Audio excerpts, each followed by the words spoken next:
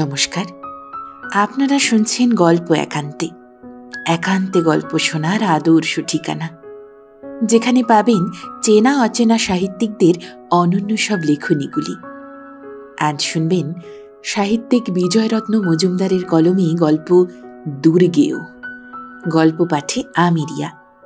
গল্পটি শুনতে শুনতে গল্প একান্তে চ্যানেলটি সাবস্ক্রাইব করে বেল আইকন প্রেস করে অল নোটিফিকেশন অন করে রাখুন, যাতে পরবর্তীতে নতুন গল্প এলেই ঝট করে আপনার কাছে পৌঁছে যায়। শুনতে থাকুন আজকের গল্প।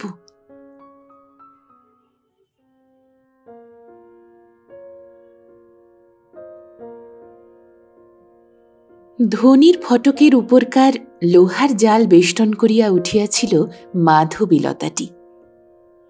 পার্শ্বের এক দরিদ্রের গৃহের ভগ্ন প্রাচীর লগ্ন অপরাজিতাটি লতাইয়া লতাইয়া মাধবীর সঙ্গে মিশিয়া গিয়াছিল। তারপর একদিন অপরাজিতাটি শুকাইল, হয়তো অযত্নে, হয়তোবা স্বল্পায়ু বলিয়া। শুকাইয়া ঝরিয়া পড়িয়া গেল। দু একটি পত্রহীন শুষ্ক লতা মাধবীর শ্যামল বক্ষে লাগিয়া রহিল। আমাদের গল্প আরম্ভ ঠিক সেই সময়ে, কিন্তু কিছু আগের কথা বলা দরকার। বড়লোকের বাড়ির অনেকগুলি বধূর মধ্যে প্রতিমা একটি বধূ, সেজ কি ন এই রকম। আর পাশের বাড়ির গরিবদের ঘরে তরলা একটি মাত্র বধূ। এই দুইটি বধূতে বন্ধুত্ব হইয়াছিল স্বল্পক্ষণের মধ্যে। বন্ধুত্ব স্থায়ী হইয়াছিল বহুদিন। প্রতিমার স্বামী উকিল, বাপেরও পয়সা আছে, আর ওকালতিতেও বেশ 2 পয়সা আসিতেছে। পাড়ার লোকে বলে জলেই জল বাঁধে। প্রতিমার স্বামীর নাম নরেশ। নামটা জানাইয়া রাখা ভালো, সেজন্যই বলিলাম। নহিলে স্বেচ্ছায় তো নয়ই, প্রতিমার প্রবল ইচ্ছা সত্ত্বেও তিনি গল্পের বিষয়বস্তুর মধ্যে পা ফেলেন নাই।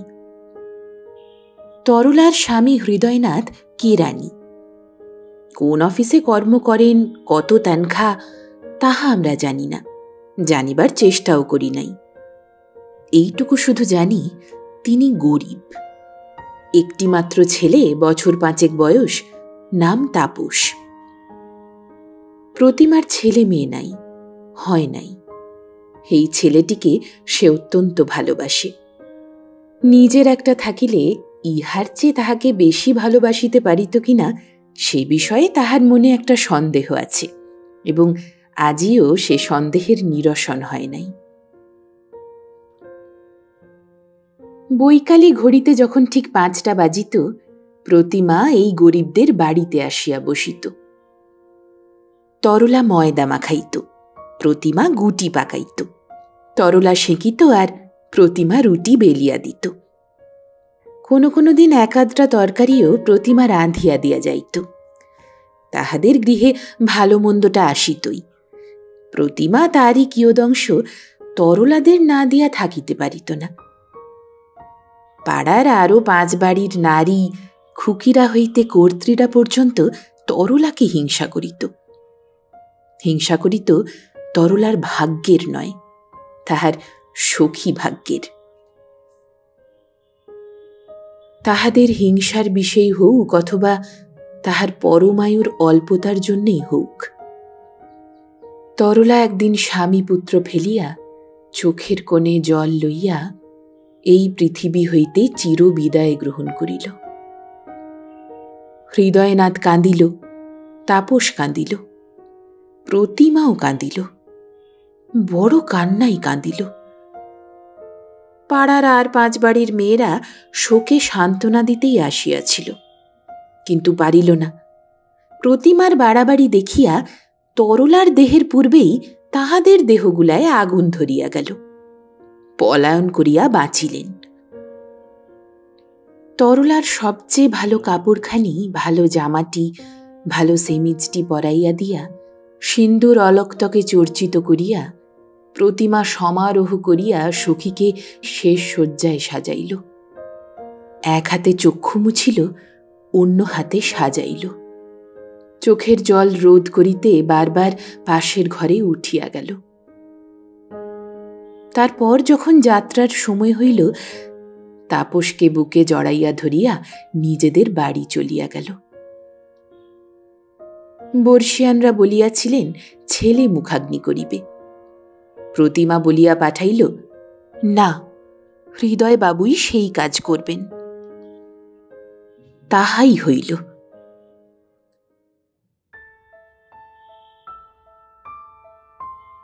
বোধহয় servant and maid servant associated press মারফত সংবাদটা প্রচারিত হইয়াছিল।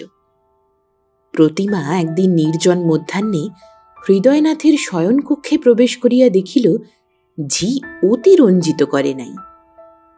তরলার ফটোগ্রাফখানির গলায় সদ্য ফোটা ফুলের মালা, তখনও মলিন হয় নাই, সুবাস ঘুচে নাই, পেলবতাও নষ্ট হয় নাই।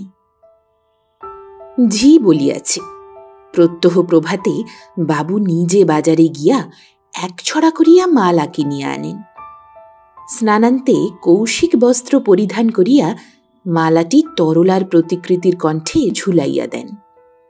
পূর্বদিনের শুষ্ক মালাগাছি আপিসে যাইবার সময় পকেটে করিয়া লইয়া যান। পথে গঙ্গার জলে বিসর্জন দিয়া থাকেন। নিত্যকর্মের মধ্যে ইহাই সর্বপ্রধান।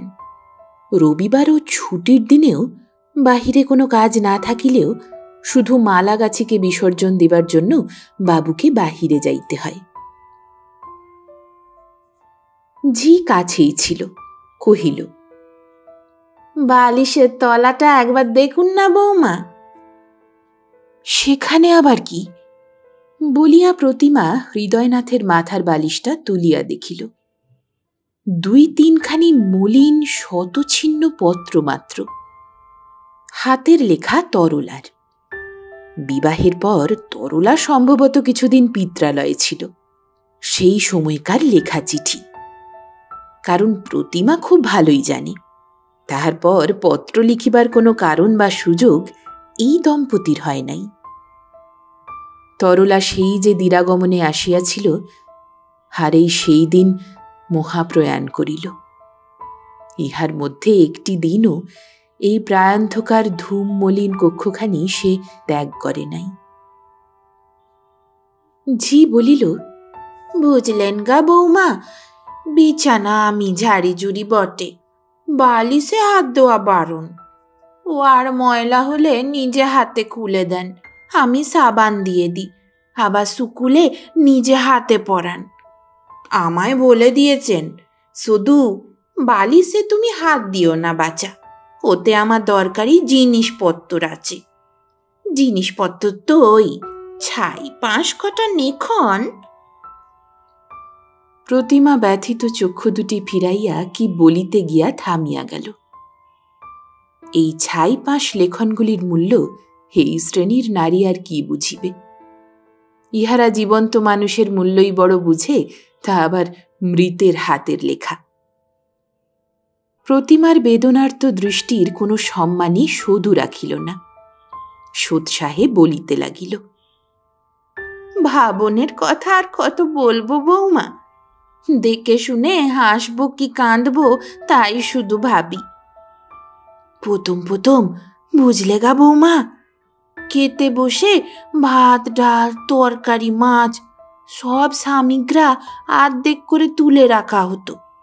তারপর খাওয়া হয়ে গেলে ছাদে উঠে সেই ভাত ডাল তরকারি যত সামগ্রী আছে সব ছাদের উপর রেখে আসতেন। ও মাস থেকে সেটা বন্ধ হয়েছে।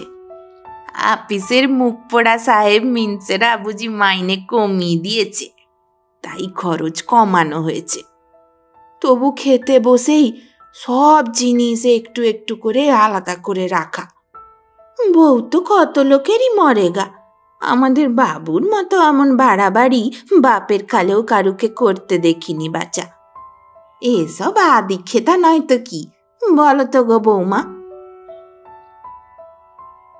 আদিক্ষেতা কিনা বৌমা তাহা বলিতে পারিল না, অথবা বলিল না। তাহার মন বলিল, এমন আদিক্ষেতা যদি কেহ তাহার জন্য করে, তবে সে 7 জন্ম মরিতেও দুঃখ বোধ করিবে না। ঝি আবার কহিল, বৌমা তো মঙ্গলবারে মরেছিলেন, সেই থেকে বাবু মঙ্গলবার করেন। মাছ খান না, নুন খান না, তেল মাখেন না। ভোরবেলা উঠেই ধূপ ধুনো জেলে ওই ছবির সামনে দাঁড়িয়ে কি সব বিড় বিড় করে বলেন। 4-5 পদ্ম নাকি বলে যে গো, তাই আওড়ান। তপু উঠলেই বলেন, তাপস পেন নাম করো। নিজে আবার পেন নামটা করেন না, এই আমার বাপের ভাগ্যি বৌমা। তাহার বাবার ভাগ্যের সহিত প্রতিমার কোনো সম্পর্ক ছিল না। এই রয়টার সহোদরা এখানে এই মুহূর্তে উপস্থিত না থাকিলে প্রতিমা গললগ্নি কৃতবাসে ওই সৌভাগ্যবতীর চরণে প্রণাম করিত। জীবদ্দশায় স্বামীর সোহাগ, আদর, পূজা অনেক ভাগ্যবতী পায়, কিন্তু মরণে এত পূজা কয়জন নারীর ভাগ্যে জোটে? জুটিয়াছিল মমতাজ বেগমের। হৃদয়নাথের অর্থ থাকিলে হয়তো আরও একটা তাজমহল গঠিত হইতে পারিত। চোখের জল গোপন করিবার জন্যই প্রতিমা তাড়াতাড়ি ঘর ছাড়িয়া কোনো দিকে না চাহিয়া রাস্তাটুকু পার হইয়াই বাড়ি ঢুকিয়া পড়িল। তাপসের নিদ্রাভঙ্গ হইয়াছিল। প্রতিমার ছোট জা তাহাকে লইয়া ময়ূরের ঘরের সামনে দাঁড়াইয়াছিল। প্রতিমাকে দেখিয়া ছোট জা বলিল, এতক্ষণ একলা ও বাড়িতে কি করছিলে দিদি? প্রতিমার অন্তর্খানি তখনও শ্রাবণের ধারা সজল বৃক্ষপত্রের মতো কাঁপিতেছিল। বলিল, একটা জিনিস দেখছিলুম ছোট, তোকেও একদিন দেখিয়ে আনবো ছোট। তাপস, এসো বাবা, খাবে এসো। এই বলিয়া তাপসকে চাপিয়া ধরিয়া চলিয়া গেল। কথা বাড়াইবার মতো শক্তি সামর্থ্য তাহার ছিল না।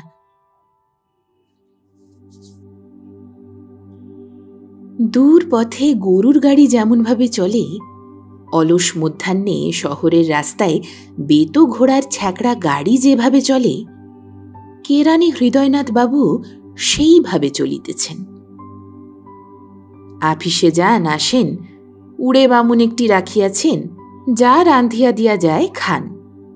ঠিকা ঝি সন্ধ্যার পূর্বে ঘরে যাইবার সময় বিছানা করিয়া, মশারি টাঙাইয়া, হ্যারিকেন সাজাইয়া, শিওরে জানালার পটিতে জলের গ্লাস রাখিয়া এবং জল ভরা বাটির উপর রেকাবে তাপসের জন্য 1টি বা 2টি সন্দেশ রাখিয়া যায়। দিন এবং রাত্রি অবাধে চলিয়া যায়। প্রতিমা আগেও আসিত, এখনো আসে। সকালে আসিয়া উড়ে বামুনকে রন্ধনাদি সম্পর্কে আবশ্যকীয় উপদেশ দান করিয়া তাপসকে লইয়া চলিয়া যায়। সন্ধ্যার পূর্বে আসিয়া ঠাকুরের সঙ্গে আরও একবার বকাঝকা করিয়া তাপসকে তাহার পিতার জিম্মায় রাখিয়া দিয়া চলিয়া যায়। লজ্জার আতিশয্য এই মেয়েটির কোনো দিনই ছিল না, আজও নাই। আগে দরকার হইত না, হৃদয়নাথের সঙ্গে বিশেষ কথা কহিত না, কিন্তু এখন দরকার হয়। কথা বলে, কথা যদি বেশিক্ষণ বলিতে হয় তাও বলে। হাসির কথা হইলে হাসে, দুঃখের কথা উঠিলে চক্ষু দুটি ছলছল করিয়া উঠে, ম্লান মুখে চলিয়া যায়। পাড়ার দূরদৃষ্টি সম্পন্না নারীরা জনান্নিকে বলা বলি করেন, বড় লোকের বড় কথা। তা প্রতিমার এক যা কথাগুলি কোথায় কাহার কাছে শুনিয়াছিলেন। প্রতিমাকে বলিতে গেলে বাধা দিয়া প্রতিমা বলিয়াছিল, কাজ নেই ভাই শুনে, আমার আবার গায়ের চামড়া বড্ড নরম, শুনলেই ফোসকা পড়বে। যা শুনিয়া হাসিয়াছিলেন। প্রতিমার ভিতরে একটু দুষ্টামি যে না ছিল তা নয়। জায়ের সঙ্গে ওই কথা হওয়ার পর হইতে যখনই সে এ বাড়িতে আসিত বা এ বাড়ি হইতে যাইত, বেশ খানিকটা শোরগোল করিত। আশেপাশের জানালা খড়খড়িগুলাকে সে যেন জানান দিয়া যাইত। উড়ে ঠাকুর বিনা নোটিসে একদিন বৈকালে কামাই করিয়া বসিল। বাবুর ফিরিবার সময় হইয়াছে বুঝিয়া উনান ধরাইয়া ঝি চায়ের জল বসাইয়া দিয়া কিংকর্তব্য বিমূঢ়াবস্থায় বসিয়া ভাবিতেছে। তাপসের হাত ধরিয়া প্রতিমা আসিয়া দাঁড়াইল। ঝি দুঃসংবাদ জ্ঞাপন করিলে প্রতিমা বলিল, তার আর কি শুধু, আমাদের বাড়ি তো আছে। তুমি এক কাজ করো, আমাদের ঠাকুরকে একবার ডেকে আনো। বুড়ো ঠাকুরকে নয়, তার সঙ্গে বকতে আমি পারব না। নরসিংহ ঠাকুরকে আমার নাম করে ডেকে আনো। নরসিংহ ঠাকুর উপদেশ গ্রহণ করিয়া চলিয়া গেল এবং কিছুক্ষণ পরে ডিশে ডিশ চাপা দিয়া কিঞ্চিৎ খাদ্যদ্রব্য লইয়া ফিরিয়া আসিল। হৃদয়নাথ আসিলেন। প্রতিমা চা প্রস্তুত করিয়া স্বহস্তে খাবার সাজাইয়া সামনে আসিয়া বলিল, আজ আপনার ঠাকুর অ্যাবসেন্ট। হৃদয়নাথের মুখ শুষ্ক হইল। বলিল, তাই তো, ভারী মুশকিল হল তো। প্রতিমা একটু হাসিয়া কহিল, মুশকিল বই কি, তবে কথা এই, উকিল কেরানি মাস্টার ব্যারিস্টার উড়ে বামুন একদিন না একদিন সকলেই কামাই করে। তা করে, কিন্তু খবর দিয়ে। তা হঠাৎ অসুখ বিসুখ হলে খবর দেওয়া তাদেরও ঘটে না হয়তো। হৃদয়নাথ চিন্তিত মুখে বলিলেন, তা বটে। প্রতিমা মৃদু মৃদু হাসিতেছিল। কহিল, অত ভাববেন না, বরং উইদাউট নোটিসে কামাই করলে মাইনে কাটবার আইন থাকলে খাটতে পারেন। চাটা খেয়ে নিন, মুশকিল আসানের ব্যবস্থা আছে। হৃদয়নাথ উদ্বিগ্ন হইয়া বলিলেন, না না, সে কিছুতেই হবে না। আপনি যে আগুন তাতে গিয়ে শরীর খারাপ করবেন, সে আমি কিছুতে হতে দেব না। আরে না না, শরীর খারাপ করব না। বরং ঝি একটা পেতলের হাঁড়িতে ভাতে ভাত চড়িয়ে দিক না, আমি নামিয়ে নিতে পারবো ক্ষণ। পারবেন তো? হাত পুড়িয়ে বসবেন না তো? হাসি মুখে কথাটা বলিয়াই প্রতিমার মুখ মলিন হইয়া গেল। কয়েক মাস পূর্বের কথা। তরলার তখন খুব অসুখ, প্রায় শয্যাশায়ী। ঠাকুর তখনও পাওয়া যায় নাই, চেষ্টা চলিতেছে। সেই সময়েও তরলা মরিতে মরিতে উঠিয়া ভাতের হাঁড়িটি নামাইয়া দিয়া যাইত। এক একদিন প্রতিমাও নামাইয়া দিয়া গিয়াছে। অল্প বয়সের, সমবয়স্ক, অধিক বয়স্ক অনেক গৃহিণীকে প্রতিমা দেখিয়াছে, মিশিয়াছে, কিন্তু কর্তব্যে এমন অবিমিশ্র নিষ্ঠা প্রতিমার দেখে নাই। তরলা ঘরখানিকে এমন করিয়া রাখিত, তুচ্ছ গামছাখানিকেও এমন যত্নে পাঠ করিত, বিছানাটিকেও এমন সুচারু করিয়া পাতিত যে মনে হইত যেন ভক্ত পৌত্তলিকও তাহার দেবতার জন্য তেমনটি করিয়া করিতে পারে না। সেই যে কণ্টকাকীর্ণ পথে বুক পাতিয়া দেওয়া বলে, এই লোকটির জন্য তরলা তাহাও পারিত। হৃদয়নাথ সকালে টিউশনি করিতে চলিয়া যাইতেন। রান্না বান্না ঘর দোরের সব কাজ করিয়া বধূটি কোন ফাঁকে যে তাহার জুতাটিও কালি লাগাইয়া বুরুষ করিয়া রাখিয়া দিত, আশ্চর্য। এতটা করিতে হইত না বটে, কিন্তু তরলার দৃষ্টান্তে প্রতিমা নরেশচন্দ্রের অনেকগুলি কাজই নিজের হাতে টানিয়া লইয়াছিল। হৃদয়নাথকে জল খাবার খাইতে দিয়া তরলা জলের গ্লাসটি মাটিতে নামাইত না, ধরিয়া দাঁড়াইয়া থাকিত। খাওয়া হইলে হাতে জল ঢালিয়া দিত, হাত ধোয়া হইলে গ্লাসটি হাতে দিত। যে পায় নাই তাহার হয়তো দুঃখ হয় না, সে হয়তো এ অভাব মর্মে মর্মে অনুভব করে না, কিন্তু যে পাইয়াছে, পাইয়া যে হারাইয়াছে, তাহার দুঃখ অপরিসীম। জানি না, বুঝি না, বুঝিতে পারি না পুরুষে সে দুঃখের পরিমাপ করিতে পারে কিনা, কিন্তু নারী তো কাঁদিয়া মরে। প্রতিমা চায়ের বাটিটি হাতে করিয়া দাঁড়াইয়া রহিল। হৃদয়নাথের হাতে বাটি তুলিয়া দিয়া তবে যেন সে আরাম অনুভব করিল।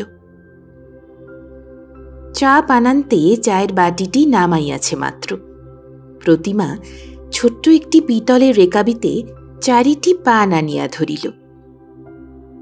একদিন ছিল যেদিন ঠিক এমনই ভাবে ওই রেকাবিতেই পান লইয়া আরও একটি নারী সামনে আসিয়া দাঁড়াইত। আজকাল ঝি সন্ধ্যার ও রাত্রের পান সাজিয়া ডিবায় ভরিয়া রাখিয়া দিয়া যায়। চায়ের পর কয়েকটি খাওয়া হয়, রাত্রের জন্য কয়েকটি রাখিয়া দেওয়া হয়। প্রতিমা তাপসের হাত ধরিয়া চলিতে চলিতে বলিল, আপনি তো 9টার সময় খান, তাই না? হৃদয়নাথ কুণ্ঠিতভাবে কহিলেন, হ্যাঁ, 9টা, 9:30, এমন বাঁধাবাঁধি কিছু নেই। আচ্ছা, বলিয়া প্রতিমা চলিয়া গেল। হৃদয়নাথ শূন্য ঘরে প্রদীপের কাছে বসিয়া সংবাদপত্র পাঠে মনোনিবেশ করিলেন। কিয়ৎ পরে বড় বাড়ির ভৃত্যের কোলে চড়িয়া তাপস ফিরিয়া আসিল। ভৃত্য জানাইয়া গেল তাপসবাবুর আহারাদি হইয়া গিয়াছে। পিতা পুত্রকে কাছে বসাইয়া প্রশ্নের পর প্রশ্নে ব্যতিব্যস্ত করিয়া তুলিলেন। কি খাইয়াছে, কতখানি খাইয়াছে, সহস্তে খাইয়াছে অথবা কাহারও সাহায্য গ্রহণ করিতে হইয়াছে, এমনই সব একান্ত অনাবশ্যক ও নিরর্থক প্রশ্ন করিয়া শেষকালে জিজ্ঞাসিলেন, হ্যাঁ রে তাপস, আমাকে খেতে যেতে হবে কিনা তোর মাসিমা কিছু বলে দিয়েছে নাকি? তাপস মাথা নাড়িয়া জানাইল ঘুম পাইয়াছে। হৃদয়নাথ তাহাকে বিছানায় শোয়াইয়া দিয়া আস্তে আস্তে তাহার গায়ে হাত বুলাইয়া দিতে লাগিলেন। তাপস অবিলম্বে ঘুমাইয়া পড়িল।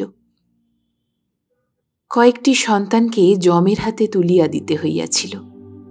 দম্পতির হৃদয় ভরা স্নেহ উজাড় হইয়া এই শিশুটির উপর বর্ষিত হইয়াছিল। তার মধ্যে একজন তো মায়াপাশ ছিন্ন করিল, অপরজন যক্ষের ধন আগলাইয়া পড়িয়া আছে। 9টা বাজিতে তখনও 5-10 মিনিট বিলম্ব আছে। দ্বারে কড়া নড়িয়া উঠিল। হৃদয়নাথ বুঝিলেন আহারের আহ্বান আসিয়াছে। মশারিটা ভালো করিয়া গুঁজিয়া দিয়া ঘরের বাহিরে আসিলেন। যে চাকর তাহাকে ডাকিতে আসিয়াছে তাহাকে তাপসের কাছে অবস্থান করিবার আদেশ প্রতিমা নিশ্চয়ই দিয়াছেন ভাবিয়া, যদিচ বিশ্বাসী চাকর, তথাপি সাবধানের বিনাশ নাই চিন্তা করিয়া আবার ঘরে ঢুকিয়া মানিব্যাগটা বাক্সের মধ্যে বন্ধ করিয়া তবে বাহিরে আসিলেন। কড়া তখন খুব জোরে নড়িতেছে। দ্বার খুলিয়া হৃদয়নাথ যাহা দেখিলেন তাহা যেমন অভাবনীয় তেমনি আশ্চর্যজনক। প্রতিমা 2 হাতে একটি বড় ডিশ আবৃত আহার্য সমেত প্রকাণ্ড থালা লইয়া দাঁড়াইয়া আছে। তাহার সঙ্গের ভৃত্যের হাতে একটি জলের গ্লাস ও একখানি কার্পেটের আসন। প্রতিমার হাত দুখানি যে ভরিয়া গিয়াছিল তাহা তাহার মুখ দেখিয়াই বোঝা গেল। ক্লিষ্ট আননে হাসি আনিয়া প্রতিমা জিজ্ঞাসিল, ঘুমিয়ে পড়েছিলেন বুঝি? হৃদয়নাথ কুণ্ঠিত স্বরে কহিলেন, না, ঘুমোইনি, কিন্তু আপনি এসব বয়ে আনতে গেলেন কেন? ঠাকুরকে দিয়ে পাঠালেই তো হতো, আমিও অক্লেশে যেতে পারতুম। প্রতিমা বলিল, উনিও আসছিলেন, তারপর মনে হলো কাল শনিবার, টালিগঞ্জের রেস, ঘোড়াদের ঠিকুজি কুষ্টি খুলে বসে পড়লেন, আর আমায় বললেন তুমি খাইয়ে এসো গে। হৃদয়নাথের কুণ্ঠার অবসান তখনও হয় নাই। পুনশ্চ বলিলেন, আমায় খবর পাঠালে আমি যেতুম, না হয় ঠাকুরকে দিয়ে খাবার পাঠালেও হতো, নিজে কেন এত কষ্ট করা? প্রতিমা সে কথার কোনো জবাব না দিয়া ভৃত্যের দ্বারা আসন পাতাইয়া জলের ছিটা দেওয়াইয়া থালা নামাইয়া ঢাকাগুলি খুলিতে খুলিতে বলিল, বসুন। চাকরকে বলিল, তুমি যাও হরি, একটু পরে কদমকে পাঠিয়ে দিও, শোকরি নিয়ে যাবে। বলিয়া মশারির চাল হইতে পাখাখানি পাড়িয়া সামনে আসিয়া বসিল। মশারির ভিতরে ছোট্ট একটি বালিশে মাথা রাখিয়া তাপস ঘুমাইতেছিল। পার্শ্বের বড় বালিশটার উপর কয়েকটি ফুল্ল মল্লিকা। বালিশের নিম্নে কি আছে তাহা প্রতিমা জানিত। আপনা হইতেই চক্ষু দুটি উঠিয়া তরলার ছবিখানিতে পড়িল।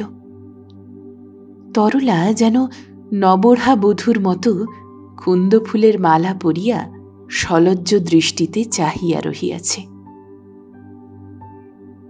হৃদয়নাথ আড়ষ্ট হইয়া বলিয়া উঠিলেন, ও কি, আপনি বাতাস করতে বসবেন নাকি? প্রতিমা কেরোসিনের আলোটি উজ্জ্বল করিয়া দিল। আনত মুখে হাসিয়া বলিল, দোষ কি? না না, দোষের কথা নয়, কিন্তু দরকার হয় না। প্রতিমা বলিতে যাইতেছিল, আগে তো দরকার হতো, কিন্তু থামিয়া গেল।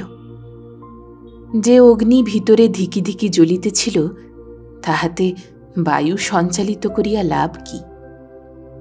কহিল, আপনি তো তরকারিতে খুব ঝাল খান, আমি ঠাকুরকে ঝাল দিয়ে সব তরকারি আলাদা আপনার জন্য করতে বলে দিয়েছিলুম, দেখুন তো কেমন করেছে।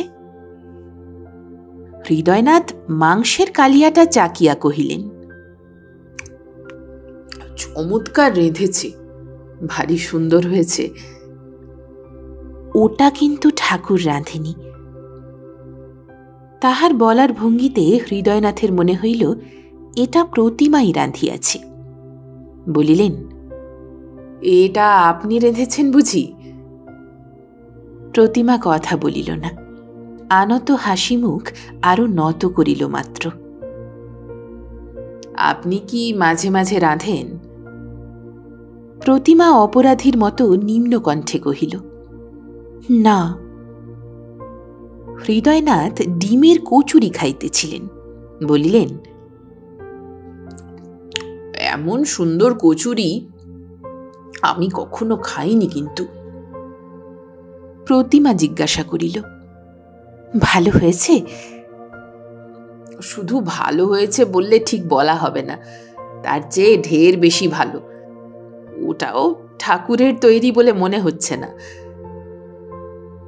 প্রতিমা কথা কহিল না, কিন্তু নতাননা নারীর মুখখানিতে তৃপ্তির যে লালিমা ফুটিয়া উঠিল, তাহাতেই হৃদয়নাথ তাহার প্রশ্নের উত্তর পাইলেন। সে ভাষা পাঠ করিতে সেই ভাগ্যবানই পারে, যাহাকে কেহ কোনোদিন এমন করিয়া আহার করাইয়াছে। ব্যঞ্জনের সুস্বাদে অথবা শুষ্ক হৃদয়ে স্নেহ সলিল সম্পাতে আহার্য বস্তু এমন রুচিকর হইয়া উঠিল, তাহা আমরা বলিতে পারি না। বলিতে পারে একমাত্র সেই, এমন করিয়া খাইবার সৌভাগ্য জীবনে যাহার একটি দিনও হইয়াছে। হৃদয়নাথ কহিলেন, আজ আপনাকে অনেক কষ্ট করতে হয়েছে। প্রতিমা নীরবে পাখার বাতাস করিতে লাগিল। জলের গ্লাসটি আসনখানি পর্যন্ত এনেছেন। প্রতিমা নীরব। তা নরেশবাবুর খাওয়া হয়ে গেছে? না, এইবার হবে। তবে আপনি আর দেরি করবেন না, যান, ঝি এসে শোকরি নিয়ে যাবে ক্ষণ, আপনি যান। প্রতিমা লজ্জারুণ মুখে কহিল, ব্যস্ত হতে হবে না, আপনার খাওয়া হোক না, তারপরে যাব। হৃদয়নাথ বলিতে গেলেন, কিন্তু ও কথার কিন্তু ওইখানেই শেষ, ওর আর কিন্তু নেই। হৃদয়নাথ হঠাৎ সোজা হইয়া বসিয়া বলিলেন, আমার খাওয়া হয়ে গেছে। ওহ, এতক্ষণ ধরে আমি কখনো খাইনি বোধ হয়। প্রতিমা হাসিয়া কহিল, আমার দেরি হয়ে যাচ্ছে বলে খাওয়া হয়ে গেল নাকি? কিন্তু আমার দেরি হয়নি। না না, কত আর খাবো। হৃদয়নাথ জল খাইয়া উঠিয়া পড়িলেন। কলতলা হইতে আচমন শেষ করিয়া ফিরিয়া আসিয়া দেখিলেন প্রতিমা স্বয়ং এঁটো বাসনপত্রগুলি গুছিয়া তুলিতেছে। শশব্যস্তে কহিলেন, ও আপনি কি করছেন? এমন আর কি বলিয়া প্রতিমা সেগুলিকে বাহিরের বারান্দায় রাখিয়া আসিয়া স্থানটি পরিষ্কার করিতে করিতে কহিল, কদম তো এখনো এলো না, কখন তার ফুরসত হবে তারও ঠিক নেই। ততক্ষণ আপনাকে কেন আটকে রাখি? ওই যে পানের ডিবে ওখানে রেখেছি। রূপার ডিবা, উপরে নাম লেখা নরেশ প্রতিমা। হৃদয়নাথ পান খাইতে লাগিলেন।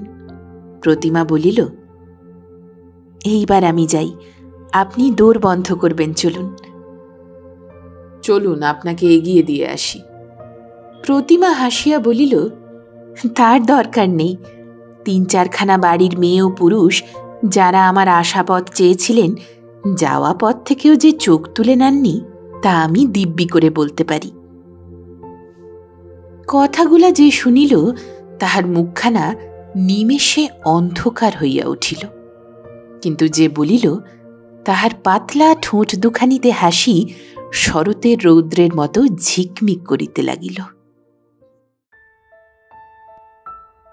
ইহারই ঠিক পূর্বের দিন পুনর্বার বিবাহের কথা পাড়িয়া আফিসের আশুবাবু এক প্রকার ধমকি খাইয়াছিলেন। 1-2 পরে আফিসের টিফিন কামরায় বসিয়া নিভৃতে আশুবাবু যখন তাহার ভগ্নীটির রূপ ও গুণগ্রামের সুদীর্ঘ ফিরিস্তি পেশ করিলেন, শ্রোতাটির একটু আগ্রহ যেন প্রকাশ পাইল। আশুবাবুর ভগ্নী সুলতার বয়স 16 পার হইয়াছে কি হয় নাই বটে, কিন্তু কাজকর্মে সাংসারিক দক্ষতায় তাহার তুলনা মেলা ভার। আশুবাবু কিছু খরচ করিতে পারিবেন না তাই, নতুবা সুলতার মতো মেয়ে কোনো বনেদি রাজা রাজারার ঘরে পড়িলেই যেন ঠিক মানাইত। হৃদয়নাথবাবু শুনিয়াই গেলেন, প্রতিবাদও করিলেন না, আবার কোনো প্রশ্নও করিলেন না। আশুবাবু সেদিনের মতো নিরস্ত হইলেন। চারে মাছ আসিয়াছে জানিতে পারিলে ছিপাড়ি চুপ করিয়া যায়। হৃদয়নাথের বয়স 41 অথবা 42, 45 যে নয় ইহা ঠিক। একদিন আশুবাবু বলিলেন, 40 আবার বয়স? আজকাল লোকে তো বিয়েই করে থাকে 40-42-এ। আগে 40 বছরটা দোষের ছিল, কারণ চাল সে ধরত, চশমা নিতে হতো। আর এখন চশমার কথা আর বলবেন না মশাই, 10 বছরের ছেলেও চোখে চশমা। এই তো আমাদের আফিসে কটি ছোকরা অ্যাপ্রেন্টিস এসেছিল, বয়স 20-21-এর বেশি হবে না, টাটকা গ্র্যাজুয়েট সব। দেখেছিলেন তো, চোখে সব হরেক রকম চশমা, সোনার, নিকেলের, কচ্ছপের খোলার, আলুর খোসার, কত রকম। সেদিনও কাটিল। তাপস কুমার কি ভাবিবে? নতুন মাকে কি সে প্রসন্ন মনে গ্রহণ করিতে পারিবে? তা যদি না পারে, আশুবাবু এ সমস্যারও সুন্দর সমাধান করিলেন। কহিলেন, ঘরের ঘরের মেয়ে আনলে ছেলে মেয়ের দুর্দশার সীমা থাকে না। সুলতা ছেলে মেয়ে অন্তপ্রাণ। আমার 3-3টে ছেলে আর 4-4টে মেয়েকে সেই তো মানুষ করেছে মশাই। তার বৌদি তো খালাস হয়েই খালাস। তার উপর সুলতা আপনার তাপস কুমারকে জানে। যেদিন থেকে তাপস মাতৃহীন হয়েছে সেই দিন থেকে প্রায় সে তাপসের খোঁজ নেয়। আমার মুখে শুনেছে কিনা সব। আশুবাবুর সহকর্মীরা প্রায় জিজ্ঞাসাবাদ করেন, কতদূর এগুলো আশুবাবু? আশুবাবু বলেন, চার খাচ্ছে, ফুট দিচ্ছে, চানাচ্ছেও বটে, সুতোতে গাও লাগছে, এই গপ করে টোপ ধরলে বলে। আশুবাবুর ভবিষ্যৎবাণী ফলিতে বিলম্ব হইল না। একদিন সকালে তাপস প্রতিমাকে গিয়া বলিল, মাসিমা, বাবা দুদিন বাড়ি আসবেন না, আমি আপনার কাছে থাকব। প্রতিমা তাহাকে জানুতে জড়াইয়া ধরিয়া নত হইয়া মুখচুম্বন করিলেন। বলিলেন, বেশ তো বাবা, থাকবেই তো, কিন্তু তোমার বাবা কোথায় যাচ্ছেন তপু? তোমার নতুন মা আনতে নয় তো? তাপস আশ্চর্যে কহিল, নতুন মা কোথায় মাসিমা? তা তো জানি নে বাবা, হয়তো আছেন কোথাও। তোমার বাবা তো এখনো আপিসে যাননি, জিজ্ঞেস করে এসো তো বাবা, তিনি কোথায় যাচ্ছেন। তাপস ছুটিয়া গেল, আবার ছুটিয়া ফিরিল। বলিল, বাবা বাগনানে যাচ্ছেন, সেখানে তার আপিসের এক বন্ধুর বাড়ি নেমন্তন্ন। প্রতিমা হাসিয়া বলিল, সোনা ফেলে আঁচলে গেরো, তোমাকে বাদ দিয়ে নেমন্তন্ন? নিমন্ত্রণের ব্যাপারটা প্রতিমার ভালো লাগিল না, কিন্তু সে সম্বন্ধেও আলোচনাও সে করিল না। আর করিবেই বা কাহার সঙ্গে, কেনই বা করিবে? মা হারা এই ছেলেটিকে 2 রাত্রি বুকে চাপিয়া খুব ঘুমাইল। তাপস ছুটিতে ছুটিতে আসিয়া খবর দিল, মাসিমা, আমার ঠাকমা এসেছে। প্রতিমা বিস্মিত হইয়া বলিল, তোমার ঠাকমা আছেন তা তো জানতুম না তপু। তুমি দেখবে এসো না মাসিমা, সাদা ধপধপ করছে চুল, একটিও দাঁত নেই, চোখে চশমা এই এত মোটা। এসো না মাসিমা। চলো যাই। বলিয়া তাপসের হাত ধরিয়া প্রতিমা এ বাড়িতে আসিল। নবাগতা রান্নাঘরের রোয়াকে বসিয়া ঠাকুরের নিকট রান্না বাড়ার হিসাব নিকাশ বুঝিয়া লইতেছিলেন। প্রতিমা আসিয়া রোয়াকের নিচে দাঁড়াইয়া 2 হাত কপালে ঠেকাইয়া নমস্কার করিল। ইহার বেশি পারিল না। তাপস এইভাবে পরিচয় করাইয়া দিল, ঠাকমা চশমার ভেতর থেকে কুদকুদ করে দেখছে, কিন্তু চিনতে পারছে না। আমার মাসি গো, আমার মাসি। ঠাকমা বলিলেন, বসো বাচ্চা, বসো, তোমাদেরই বুঝি এই বড় বাড়িটা? প্রতিমা উত্তর দিল না, অনাবশ্যক বলিয়া। তাপসের নিকট এই প্রসঙ্গ খুবই সাধু। সে পরমোৎসাহে বলিতে লাগিল, 2 মস্ত মস্ত ময়ূর আছে বুঝলে ঠাকমা, পেখম ধরলে কি সুন্দর দেখায় না মাসিমা? হ্যাঁ বাবা। এখন আর পেখম ধরে না কেন মাসিমা? ওরা শুধু বর্ষাকালে মেঘ দেখলে পেখম তুলে নাচে। আর আর ওই তোমার হিরে মনটা ময়ূর দেখলেই চেঁচায় না মাসিমা? হ্যাঁ। তোমার কাকাতুয়াটা ভালো নয় মাসিমা, আমাকে দেখলেই দূর দূর করে চেঁচায়। প্রতিমা তাপসকে বুকের মধ্যে চাপিয়া ধরিয়া বলিল, ছি বাবা, ও কথা কি বলতে আছে? কাকাতুয়াটা সব্বাইকে দূর দূর বলে। তোমার বড় মাসিমা ওকে 2 চোখে দেখতে পারে না, দেখলেই দূর দূর করেন, ও তাই শিখে নিয়েছে। ঠাকুমা প্রশ্ন করিলেন, ছেলেটা বুঝি তোমার খুব নেহটে? প্রতিমা এ কথারও উত্তর দিল না, আরও একটু জোরে তাপসকে কোলে চাপিল।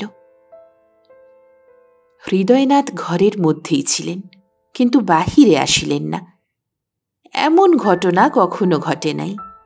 প্রতিমা আসিলে শতকর্মে ব্যাপৃত থাকিলেও বাহিরে আসিতেন, কোনো কথা না থাকিলেও 2 কথা কহিতেন।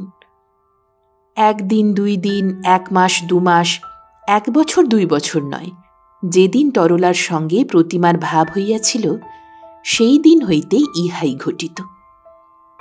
তরলার মৃত্যুর পরেও ইহার কোনো ব্যতিক্রম ঘটে নাই। এই সাধারণ ভদ্রতা ও শিষ্টাচারের অভাব আজই ঘটিল, এবং ইহা স্বাভাবিক নয়, স্বাভাবিক হইতে পারে না। ভাবিতে ভাবিতে প্রতিমা উঠিল। আপনি বসুন বলিয়া আবার 2 হাত কপালে ঠেকাইয়া বিদায় লইল।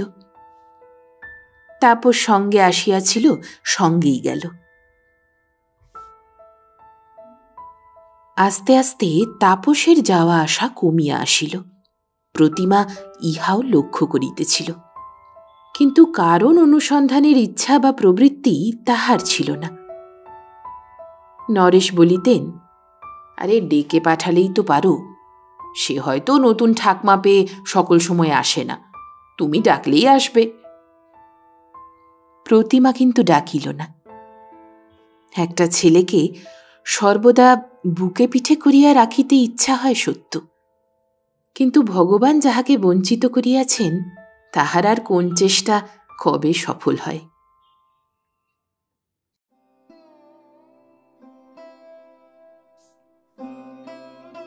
কয়েকদিন পরে মধ্যাহ্নে শাঁখ বাজিয়া উঠিতেই পাড়ার লোকে আসল ব্যাপার চাক্ষুষ করিল। হৃদয়নাথ বিবাহ করিয়া বধূ লইয়া গৃহে আসিলেন। প্রতিমা সেলাই করিতেছিল। তাহার ছোট যা আসিয়া বলিল, ও মা দিদি, তুমি বুঝি কিছুই দেখনি? তরলার বর যে বিয়ে করে বউ নিয়ে এলো গো। কথাটা যে সত্য মনে মনে তাহা উপলব্ধি করিয়াও যেন সত্য নয়, যেন বিশ্বাস হয় না, এমনি ভাবে প্রতিমা জিজ্ঞাসু নেত্রে ছোটজার মুখের পানে চাহিয়া রহিল। অশিক্ষিতা বর্ণ পরিচয় জ্ঞানহীনা সদু ঝির কথাটা মনে পড়িয়া গেল। সদু বলিয়াছিল, বাবন দেখে আর বাঁচি নে। তবু কি বিশ্বাস হয় না বিশ্বাস করিতে প্রবৃত্তি হয়? আহার্যের অর্ধাংশ উৎসর্গ করার কথা, শিয়রের বালিশের নিচে সযত্নে রক্ষিত সেই লেখন কটির কথা, নিত্য প্রভাতে প্রতিকৃতি কণ্ঠে পুষ্পমাল্যদানের কথা। মাগো, কেমন করিয়া সেসব মিথ্যা হইয়া গেল? প্রতিমার চোখের নিচে জল টলটল করিতে লাগিল। পদ্মার পাড়ের হর্ম যেন চক্ষুর পলকে নদী গর্ভে বিলীন হইয়া গেল। ছোট যা অত শত বুঝিল না, কহিল, চলো না ভাই দিদি, বউ দেখি গে। প্রতিমা সেলাইটা সরাইয়া রাখিয়া বলিল, দূর, বুড়ো মিনসের বউ দেখতে যেতে লজ্জা করে না? দিদির এক কথা, যে বিয়ে করে আনলে তার লজ্জা করল না, আর যে দেখবে তার হবে লজ্জা। আমি জানালা দিয়ে দেখছি দিদি, মন্দ নয়, বেশ বউটি হয়েছে। তবে এরই মধ্যে দেখেছিস, তবু আবার যেতে চাচ্ছিস? কাছে গিয়ে দেখতে ইচ্ছে হয় না? আমার হয় না। হ্যাঁ রে ছোট, বউয়ের বয়স কত? কত আবার, 16-17। বলিস কি রে, মিনসে পাগল নাকি? 40-45-এর বুড়ো একটা 16 বছরের কচি মেয়ের সর্বনাশ করলে? মেয়ের বাপ মাও দেখে শুনে সর্বনাশ ঘটতে দেয়। আশ্চর্য। সর্বনাশ করবে কেন দিদি? বিয়ে করেছে, আর বুড়ো কোণে পাবেই বা কোথায় বলো? প্রতিমা বলিল, বিধবা বিয়ে করলেই তো পারত। বয়স্কা বিধবার তো অভাব ছিল না দেশে। ঘন ঘন শাঁখ বাজিতেছিল। ছোট বলিল, তুমি যাবে না তো? আমি যাই ভাই, জানালা দিয়ে দেখি গে। প্রতিমা কিছুই বলিল না। একটু পরে তাপস আসিয়া বলিল, মাসিমা, আমার নতুন মা এসেছে, এসেই আমাকে কোলে নিয়েছে। নতুন মা খুব ভরসা মাসিমা, বাবা তোমায় ডাকছেন। পাছে চক্ষু দুটি ফাটিয়া জল বাহির হইয়া পড়ে, প্রতিমা তাপসের পানে চাহিতেও পারিল না। নতচক্ষু মাটিতে নিবদ্ধ রাখিয়া রুদ্ধ কণ্ঠে কহিল, আমায়? না বাবা, তুমি ভুল শুনেছ। বাবা তো বললেন মাসিমাকে বলে এসো তাপস। আমি যাই মাসিমা, বলিয়া তাপস চলিয়া গেল। তরলার কথা মনে পড়িয়া গেল কিনা জানি না। প্রতিমার টানা টানা ডাগর চোখ দুটি জলে ভরিয়া আসিল। দুই হাতে একটিবার মাত্র তাপসকে বুকে চাপিয়া মুখে চুমা দিয়া ছাড়িয়া দিল। তাপস চলিয়া গেল। নরেশ বলিলেন, হৃদয়নাথ বাবু আবার বিয়ে করে মরতে গেলেন কেন এ বয়সে? প্রতিমা খড়ের আগুনের মতো হঠাৎ জ্বলিয়া উঠিয়া বলিল, তুমি হলেও তাই করতে গো, করবেও হয়তো। নরেশ হাসিয়া বলিলেন, সে তখন দেখা যাবে।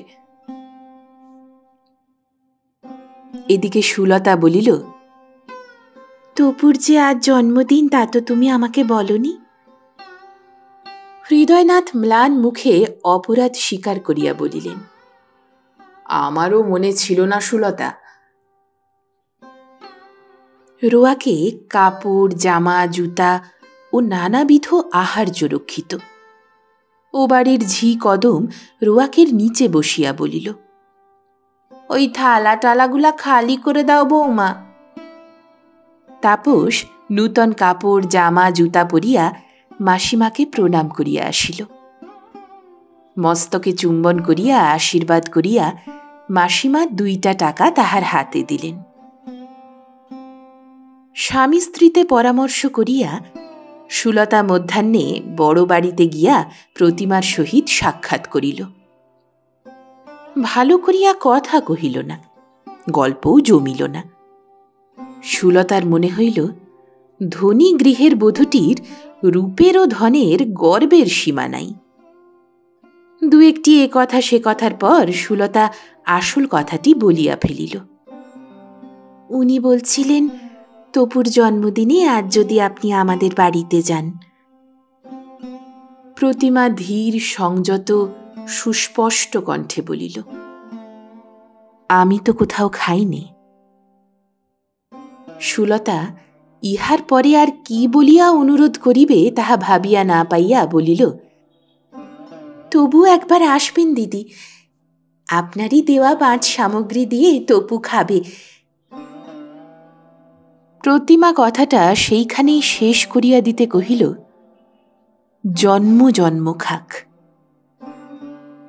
সুলতা বলিল, আপনি তো আমাদের বাড়িতে যেতেন দিদি, কতদিন ওকে খাইয়েছেন। প্রতিমা বলিল, আমার যাওয়ার সুবিধে হবে না, আপনি আমাকে মাপ করবেন। স্বামী স্ত্রীতে রাত্রে এই রূপ কথা হইল। ও মেয়ে ছেলের সঙ্গে তোমার ভালোবাসা হয়েছিল নাকি গো? ছি, কি বলো? ছি নয় গো, ছি নয়, বলোই না খুলে, শুনে আমি সার্থক হই। এত আনাগোনা, এত খাওন দাওন, এত আদর যত্ন, আর এখন একবার আসবারও সুবিধে হবে না। হৃদয়নাথ কি ভাবিতেছিলেন। ভাবিতে ভাবিতেই অসংলগ্ন কণ্ঠে কহিলেন, ছি।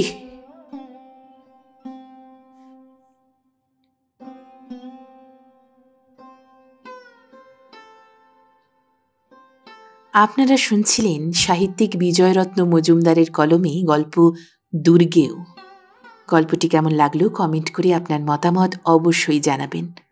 ভালো লাগলে একটি লাইক, সকল পরিচিত মানুষের সাথে শেয়ার, আর পরবর্তী গল্প শোনার জন্য সাবস্ক্রাইব করতে ভুলবেন না। সঙ্গে থাকুন, শুনতে থাকুন গল্প একান্তে।